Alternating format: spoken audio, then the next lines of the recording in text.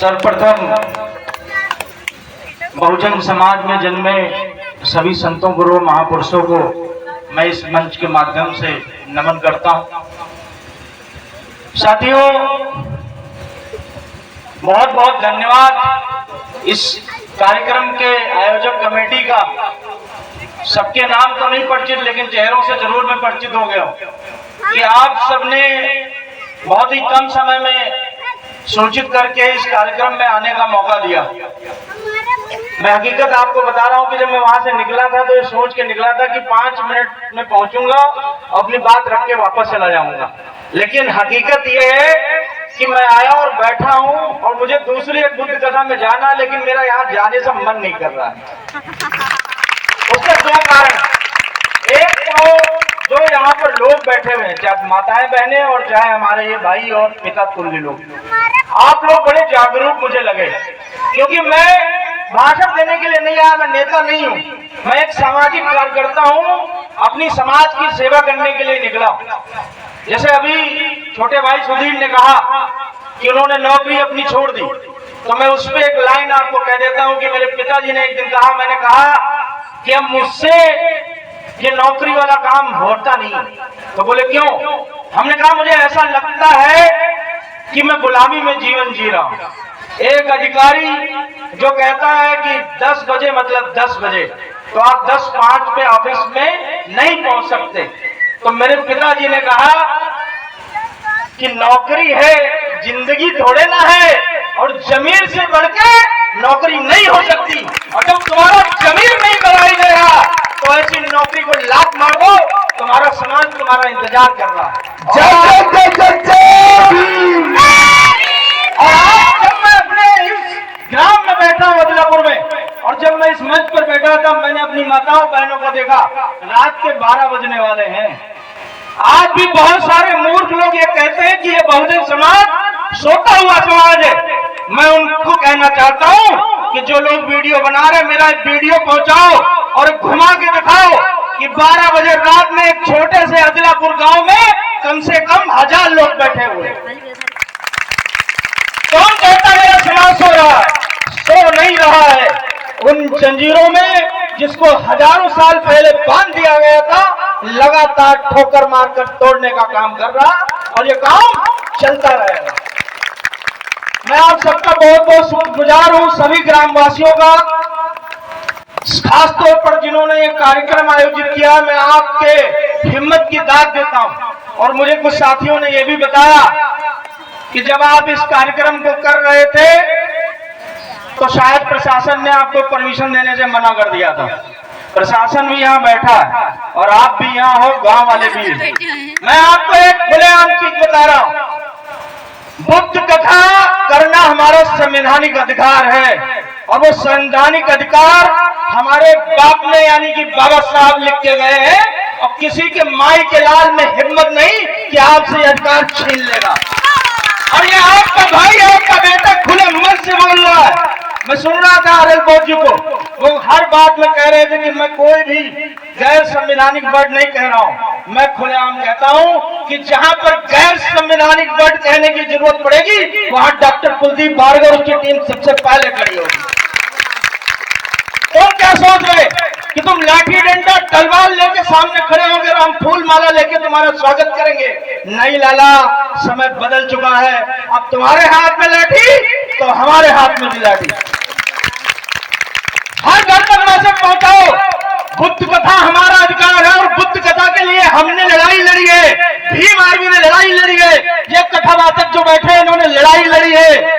यही प्रशासन सीतापुर का बुद्ध कथा बंद कराना चाहता था, लेकिन मैं धन्यवाद देता हूं अनिल बोध जी का, उनकी पूरी टीम का, कि हमारे कथावाचकों ने, हमारे जिलाध्यक्ष ने, पूरी टीम ने यहाँ लंगर डाल दिया। हम जीते हम ना।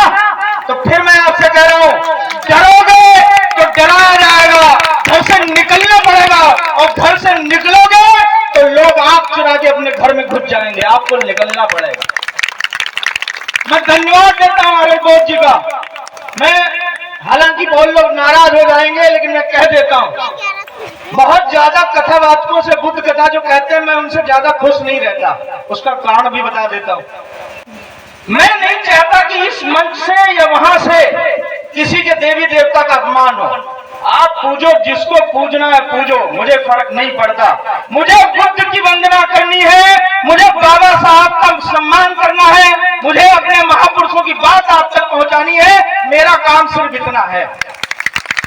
आपको कमंडल लेके घूमना है, आप लेके घूमो, घंटा बजाना बजाओ, मुझे नहीं फर्क पड़ता। मैं जिस घंटे को लेके निकला मैं वही बजाऊंगा। और मेरे हाथ में घंटा क्या है?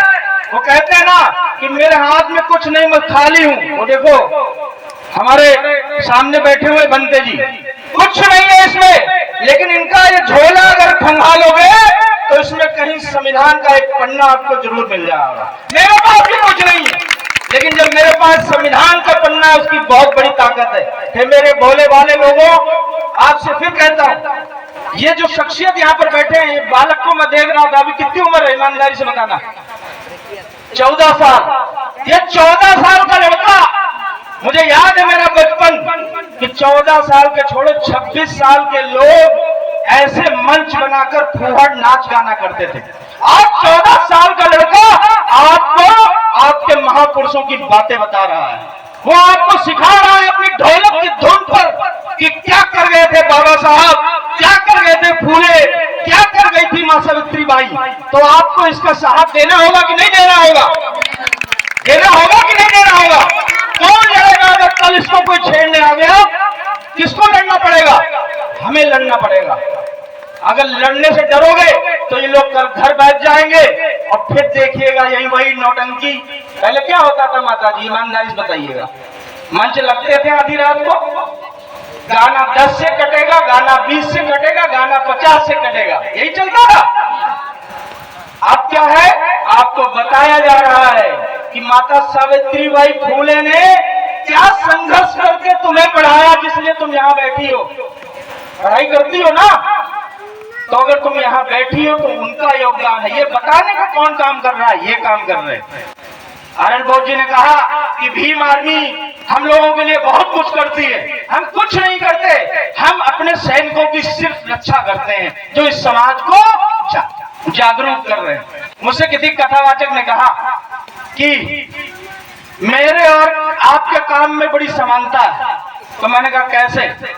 उसने कहा कि मैं सुर को साथ देता हूं और तुम नौसखिए परिंदों को बाज बनाते हो। वो साथ देने का काम कर रहे हैं और मैं नौजवानों को बाज बनाने का काम कर रहा हूं। वो बाज जो कभी भी आपके ऊपर अत्याचार आएगा तो सबसे पहले बाज आपके बीच में खड़ा होगा। आज आधी रात में आप भीम आर्मी को याद करके देखो, आधी रात को आपके गांव में खड़े हो जाते निस्वार्थ भावना से। ये रविकांत मेरा यही का रहने वाला है।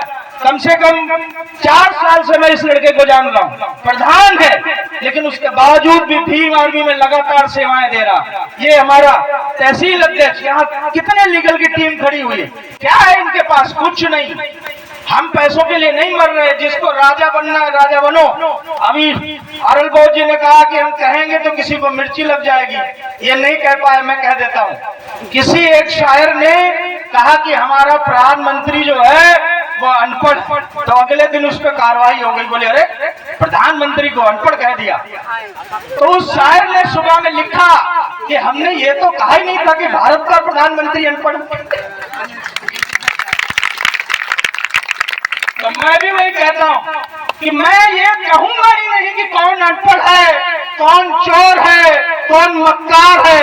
कल के अखबारों में पढ़ लीजिएगा, पढ़ने वाले लोग समझ जाएंगे कुलदीप भार्गव किसको कह के चले गए। सही कह रहा हूं कि गलत? किसी ने हमारे हक अधिकार छीके, ये ज्यादा लोग बैठे हुए पुराने लोग, फिर मैं आपसे आज कह के जा रहा हूं, आपका काम लड़ने का नहीं है। आपने जो लड़ाई लड़नी थी लड़ ली, अब आपके नौजवान ये तैयार हो गए। लेकिन मेरी आपसे एक गुजारिश है कि आप अपने बीते हुए पलों को इनको बताइएगा जरूर। कौन से बीते हुए पल? वो पल जब तुम्हारे पिछवाड़े से कुर्सी छीन ली जाती थी, तुम्हारे पिछवाड़े से चारपाई छीन ली जाती थी, और तो और तुम्हारे नीचे से अड़ुआ तक छोड़ लिया जाता था। गलत कह रहा हूं? हाथ खड़ा करके बताओ, छीना गया कि नहीं छीना गया? अगर तुमने नहीं बताई कि जब उनको घरों में जाते थे तो उनके घर में अलग से एक ताक बना होता था और उसमें अलग से एक टूटी हुई जाता था। आज तुमको बाबा साहब की बदौलत स्टील का गिलास मिल गया, लेकिन याद रखो, अगर मरने के पहले तुमने इस पीढ़ी को यह नहीं बताया कि हमने क्या जिल्लत झेली है, तो ये कभी जान नहीं पाएंगे। मेरे बाप ने, मेरे दादा ने मुझे बताया कि मैं तो हो सकता मर जाऊं, लेकिन याद रखना, जिन्होंने कांच के गिलास में पानी पिलाया है, उनको एक दिन एहसास करा देना अपनी इस कलम की ताकत से कि नहीं, हम इसके काबिल नहीं थे, ये संसार हमारा था, ये खेत खलिहान हमारे थे, ये देश हमारा था, और तुमने हमसे ये सब छीना है। अब बारी आएगी तो सूद समेत तुमसे वापस लिया जाएगा। क्या समय?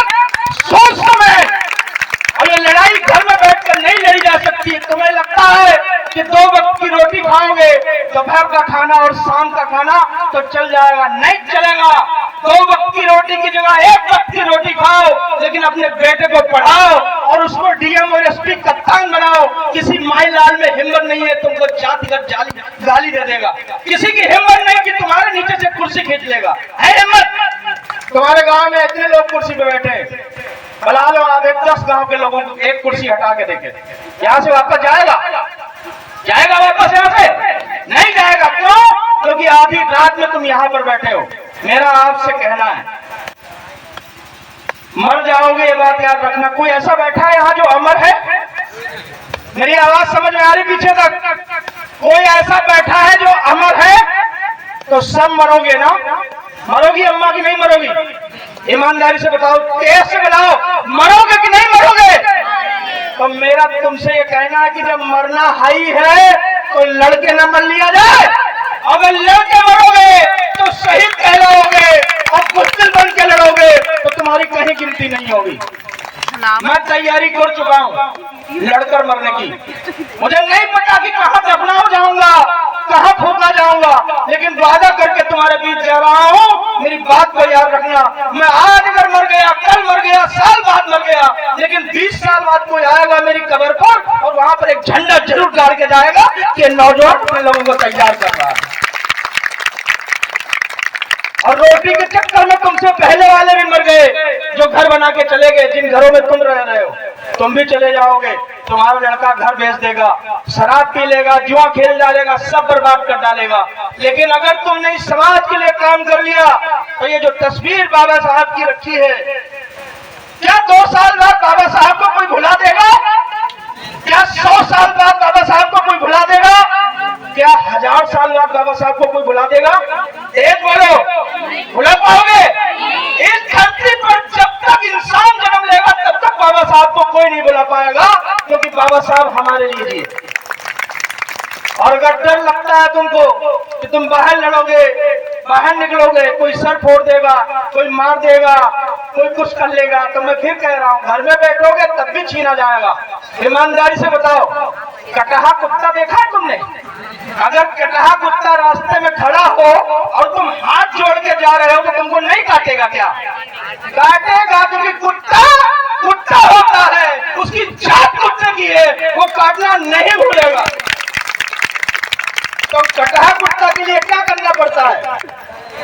डंडा लेके चलना पड़ता है। और कुत्ता ज्यादा बौरा जाए तो फिर वो सरदार उधम सिंह वाली पिस्तौल को भी लेके निकलना पड़ता है। इससे पहले कुत्ता बौरा जाए तुम घर से बाहर निकल लो। मैं आपको साथ देता हूँ और खुलेआम कह के जा रहा हूँ, कहीं आपको कोई भी सताए, मेरे इस जहान में, मेरे शरीर में जब तक लहू का आखिरी करता है तब तक तुमको कुछ नहीं होने दूंगा, ये मेरा वादा है। मुझे विधायक नहीं बनना, कभी वोट मांगने आ जाओ तो जूता मार के अपने घर से बाहर निकाल देना। नहीं विधायक बनना, नहीं सांसद बनना, लेकिन दावा कर रहा हूँ इस पंडाल में बैठी अपनी बहनों से और इस पंडाल में बैठे अपने नौजवान भाइयों से, एक दिन आपको इतना ताकतवर बना दूंगा कि किसी ने दम नहीं कि आपको आंख दिखा सके। समय लगेगा, हो सकता है कि अपने जीते जी न कर पाऊं, लेकिन मेरे जाने के बाद कोई और नौजवान पीढ़ी तैयार होगी।